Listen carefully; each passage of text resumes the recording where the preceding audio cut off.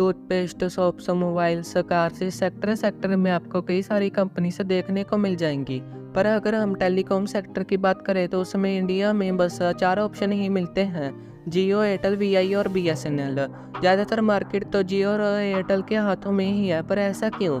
तो इसको समझने के लिए इसको हम स्टार्टिंग से स्टार्ट करते हैं। तो फ्रेंड्स, पहले इंडिया में सबके पास टेलीफोन नहीं होता था। बाहर के देशों में तो ये टेलीफोन बहुत तेजी से ग्रो कर रहा था, पर इंडिया में ऐसा नहीं था, क्योंकि उस समय ब्रिटिशर्स का कब्जा था हमारे ऊपर।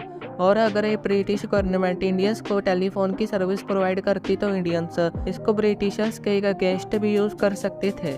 इसलिए उस समय बस बड़े बड़े शहरों में अमीर लोगों के पास ही टेलीफोन होता था। जब इंडिया आजाद हुआ तो टेलीकॉम सेक्टर गवर्नमेंटों के हाथों में आ गया। गवर्नमेंट भी इस सेक्टर को ग्रो करवाना चाहती थी, पर इसके बाद भी 1980 तक ऐसा हाल था कि लाखों लोग टेलीफोन के लिए अप्लाई करते थे, गवर्नमेंट से अप्रूवल के लिए एप्लीकेशन भी फाइल करते थे, पर कई बार तो उनका वेटिंग टाइम 10 साल तक का होता था। गवर्नमेंट ने कोशिश जारी रखी और 1990 के इकोनॉमिक लिबरलाइजेशन ने टेलीकॉम सेक्टर में भी प्राइवेट कंपनीज को इन्विटेशन दिया।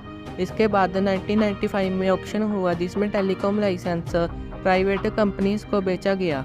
ये सेक्टर प्रॉफिटेबल होने की वजह से प्राइवेट कंपनीज ने बढ़ चढ़कर बोली लगाई। इसी समय में मोबाइल फोन बस एंट्री ही हुए थे। इसके बाद गवर्नमेंट ने अपने आप को टेलीकॉम सेक्टर से डिटैच कर दिया, पर जैसा कंपनीज ने सोचा था वैसा नहीं हुआ। ज़्यादातर कंपनीज लॉस में ही थी। गवर्नमेंट ने भी लाइसेंस और स्पेक्ट्रम फीस को कंपनीज को पहले ही पे करने को कहा। स्पेक्ट्रम उसे कहते हैं जिससे कंपनीज अपने यूजर्स को सर्विस प्रोवाइड कर पाती हैं।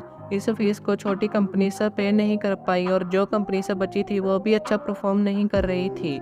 इसके बाद कंपनीज ने इस रूल पर विवाद शुरू कर दिया। आखिर में फिर गवर्नमेंट ने यह रूल निकाला कि कंपनी से एनुअल प्रॉफिट पर फिक्स्ड अमाउंट 8% पे करेंगी।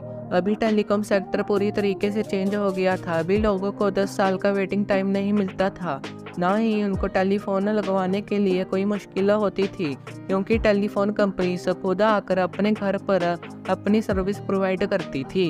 इसके बाद एक बड़ा बदलाव तब आया जब 2000 के बाद मोबाइल्स पर इम्पोर्ट ड्यूटी को कम कर दिया गया। इसका नतीजा ये निकला कि नई मोबाइल कंपनीज ने इंडिया में एंटर किया, जिससे ये सेक्टर और भी तेजी से ग्रो होने लगा। ज़्यादा मोबाइल्स की वजह से नए टावर भी इंस्टॉल करने पड़े। मेजर सर्विस प्रोवाइडर्स ने एक साथ आकर इंफ्रास्ट्रक्चर की कॉस्ट को शेयर कर लिया। कई कंपनीज तो एक ही टावर्स को एक साथ यूज करती थी अपने यूजर्स को अपनी सर्विस प्रोवाइड करने के लिए। अभी बहुत सारी नई मोबाइल कंपनीज जैसे नोकिया, ब्लैकबेरी ने इंडिया में एंट्री कर ली थी।